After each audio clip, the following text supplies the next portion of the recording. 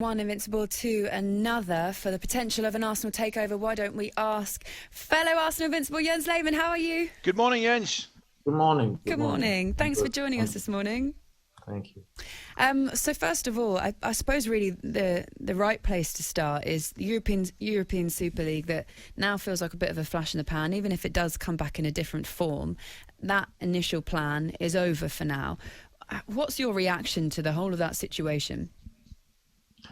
Yeah, as you said it, the Super League right now is over, but it stays because all of the clubs, they see that there's a huge amount of money, and obviously they want to get a certain share of that money sooner than later. And I think that the idea is probably, or the format for now is over, but the idea still stays in the head of the clubs. Jens, can I ask you, what did you think initially when you heard the story and the fact that clubs like, for example, Bayern Munich didn't commit themselves to it?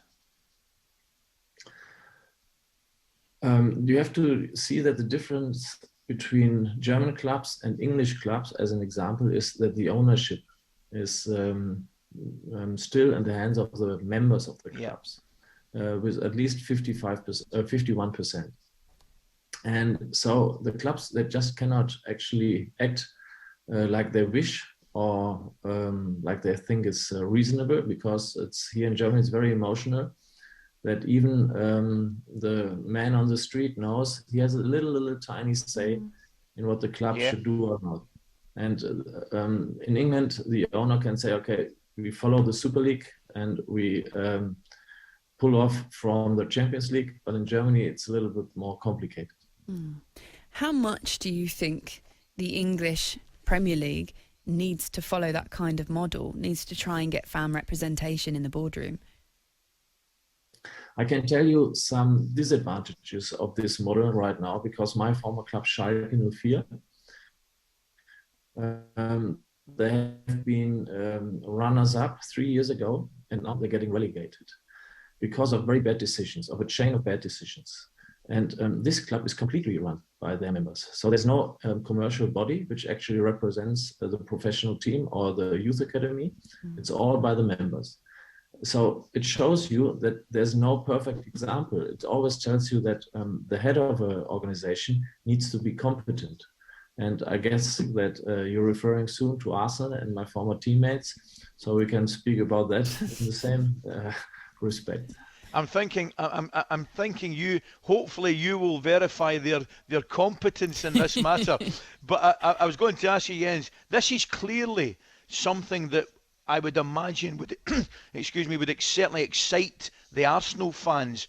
But I can hear from what you've said, you know, there would be a level of scepticism around this potential takeover too.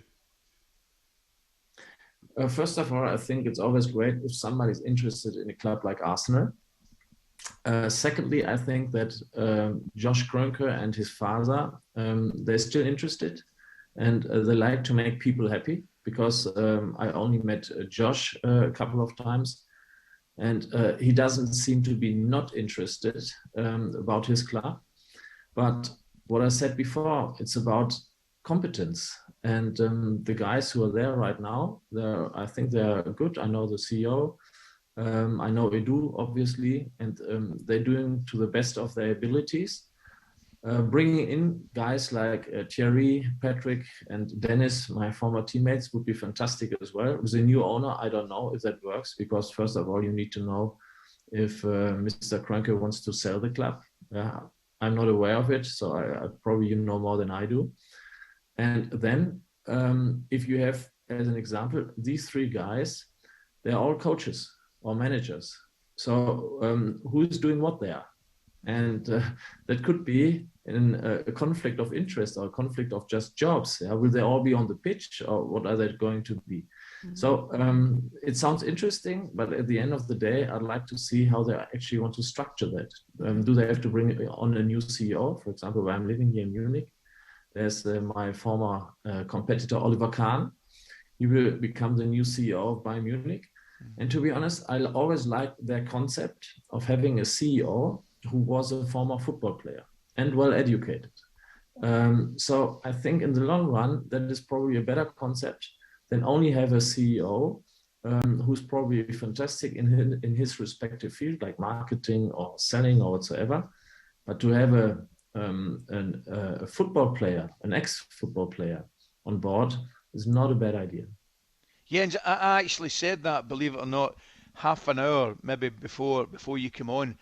I love the structure of a club like Bayern Munich throughout years in the history. The spine of the club, has been run by guys like whether it's Beckenbauer, Rummenigge, Hoeneß, all these guys, and I think it is the envy of a lot of clubs in world football. If you compare, for example, last year's Champions League final, they said that Bayern Munich has spent 160 million for their squad, in buying prices. Paris Saint-Germain spent over 1 billion, but they still lost. Yeah. That's mad, isn't it? Incredible. In terms of the way that you look at the job that the Kroenkes have done since they took over, 4 FA Cups, 4 top 4 finishes, but now Arsenal in a state of really floundering and fighting to finish in a top half of a Premier League. What do you think of their reign, but also specifically Mikel Arteta? What do you think of the job that he's doing?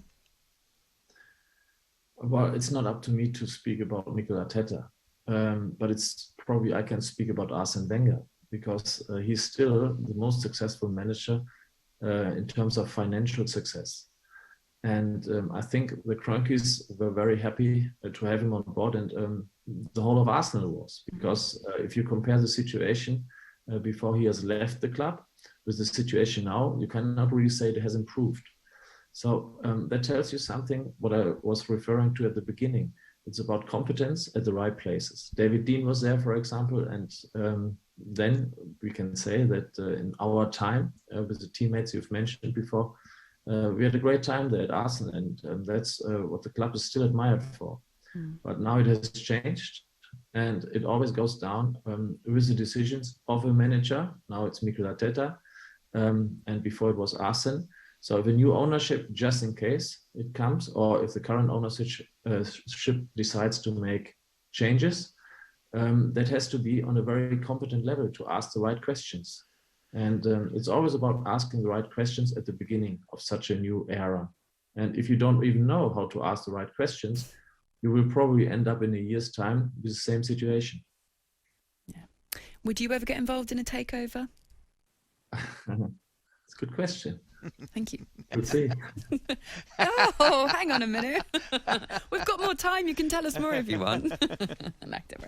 Listen, Jens, it's lovely to have you on. Thank you so much for your time this morning. Always a pleasure to hear from you. Good luck with everything, and we'll speak to you again very soon. Thanks very much, Jens. Bye-bye. Thank you very much. Thank you. Jens Lehmann there, leaving us on a bit of a, well, it's a cliff edge, isn't it? It's a cliffhanger, that one. It was. What do you think? Maybe. I quite liked the fact that he was spot on. He loved the idea of the 3 guys getting together, but he did suggest there might be too many Chiefs and not enough Indians. Yeah, definitely. Which was excellent, wasn't it? I'd like him to read me a bedtime story, because how peaceful and calm is he? Yeah. Isn't it lovely? He's too calm for this programme. Yeah. talkSPORT Breakfast with Laura Woods. Monday to Wednesday mornings 6 till 10. On AM, on DAB, via the talkSPORT app and on your smart speaker. talkSPORT.